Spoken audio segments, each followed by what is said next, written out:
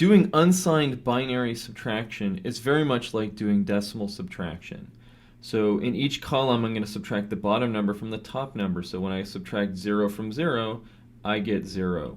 When I try to subtract 1 from 0, I can't. And so just like decimal subtraction, I need to borrow from the previous digit.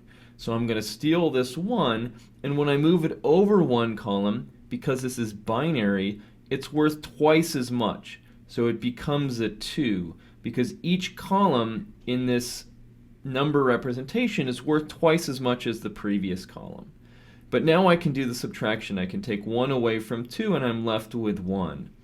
So then again, the next column, I'm going to subtract a 1 from 0. So again, I need to borrow, and I'm going to replace the 1 in that column with a 2 in this column, and I can subtract 1 from 2, yielding a 1.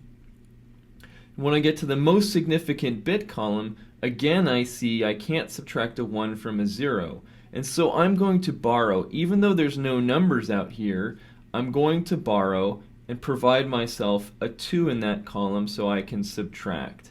So 2 minus 1 is 1. So the result of this subtraction in 4 bits is 1110. Now to determine whether overflow occurred, we just need to know, was there a borrow in this most significant bit position? In this case, there was, and so that means overflow occurred.